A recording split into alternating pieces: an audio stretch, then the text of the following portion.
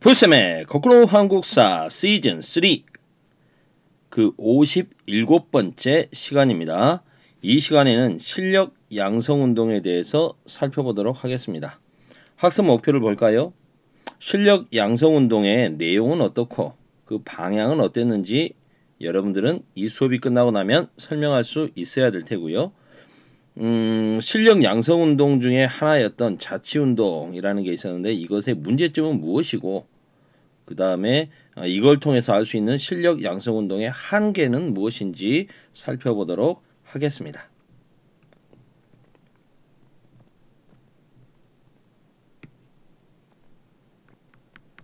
실력 양성, 실력을 기르자. 3.1운동 이후에 활발했던 외교 독립운동이 별로 성과를 거두지 못했습니다.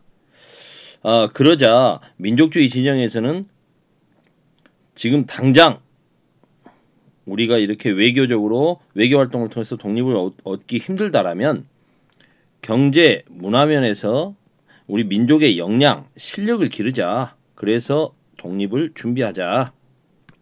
라는 주장들이 활발하게 전개됩니다.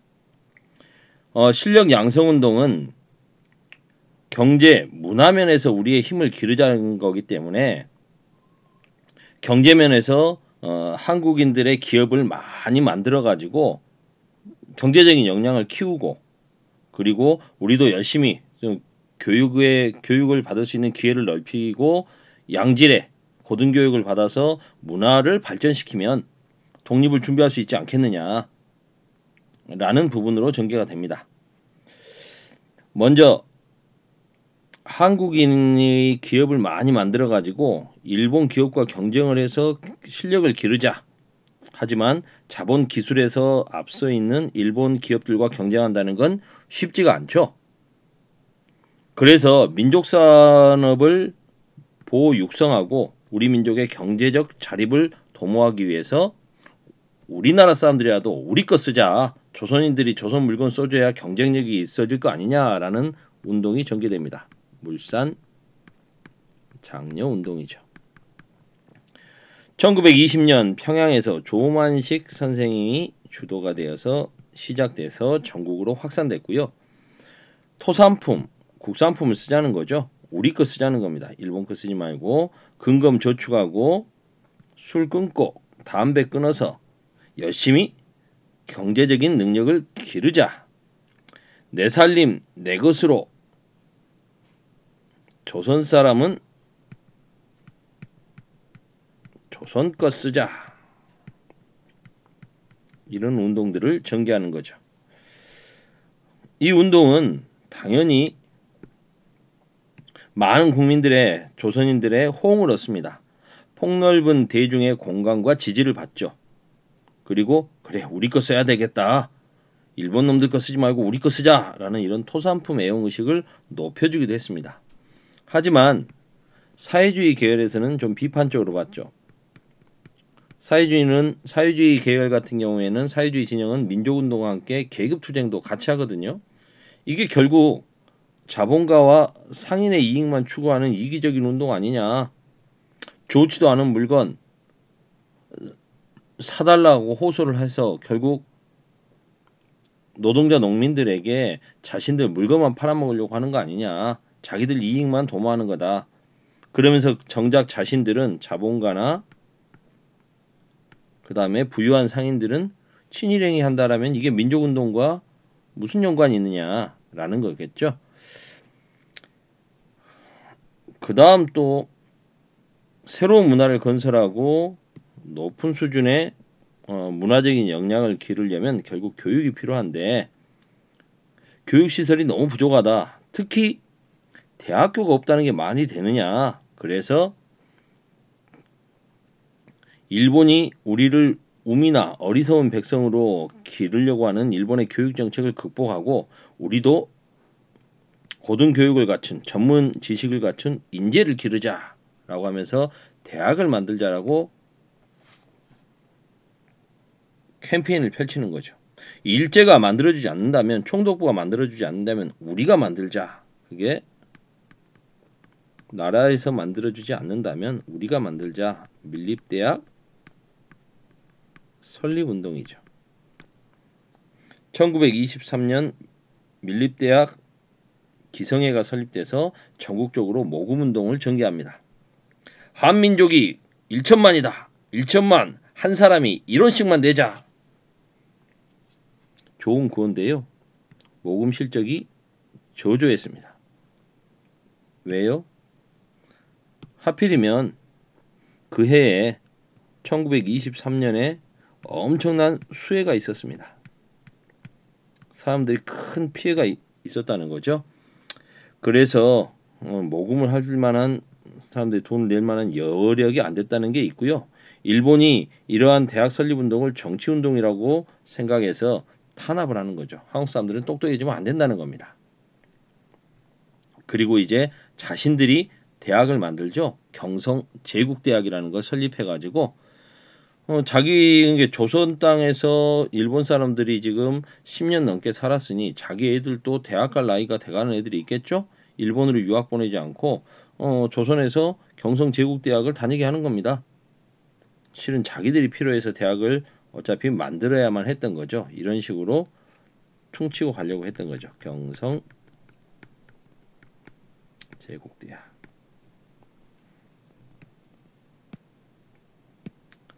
그 다음 경제 문화적인 실력 양성뿐만 아니라 정치적으로도 실력 양성을 하면 좋겠죠. 그래서 정치적인 실력 양성을 위해서는 결국 우리가 정치적으로 우리 땅을 스스로 다스릴 수 있는 능력을 길러야 될 거 아니냐. 말은 그럴듯해 보입니다.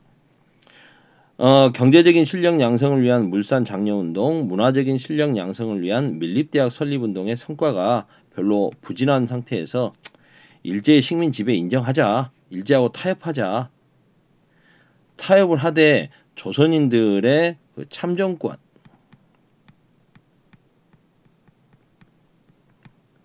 정치에 참여할 수 있는 권리를 참정권이라고 하지 않습니까? 그리고 우리 스스로 자치할 수 있도록 힘을 기르자. 일본이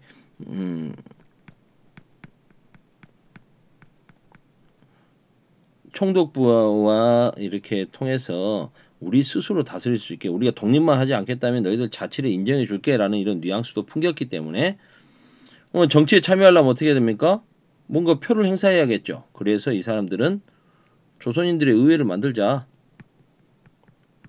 조선의회를 설립해서 이 조선의회가 의회를 통해서 정치에도 참여할 수 있고 자치도 하자. 그리고 일본의 제국의회에 우리 대표들도 보내고 이렇게 하자.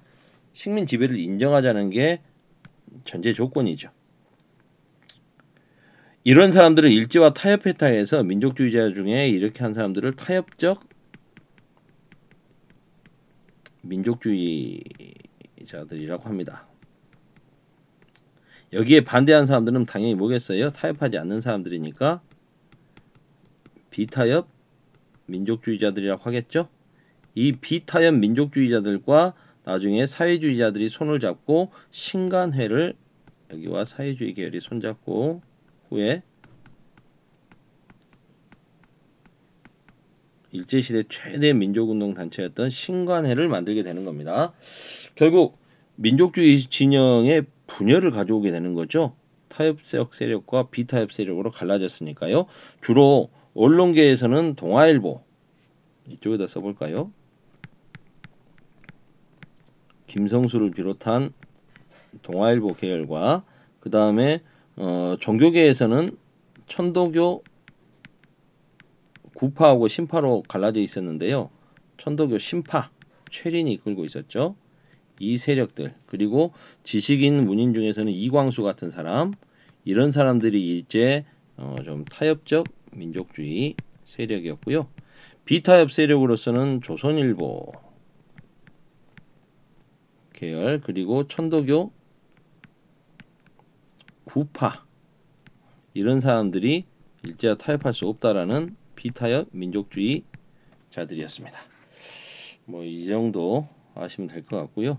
농촌 계몽운동 농민들의 삶이 너무 힘들죠. 그 식량 증산운동, 산미 증산 계획에 따라서 더더욱 힘든 삶을 살아야만 했던 농민들, 이러한 농민들의 자립 능력을 길러주자 라는 차원에서 농민들의 실력을 길러주자라고 생각해야겠죠. 이게 바로 농촌 계몽운동입니다.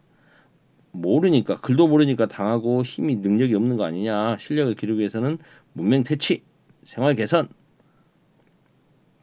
어찌 보면 농민들을 주체라기보다는 사회 변혁의 주체라기보다는 객체라고 봐야겠죠. 피동적인 존재로 이 학생, 지식인 등이 뭔가 지도를 해줘야 될 대상으로 봤다고 생각할 수도 있겠습니다.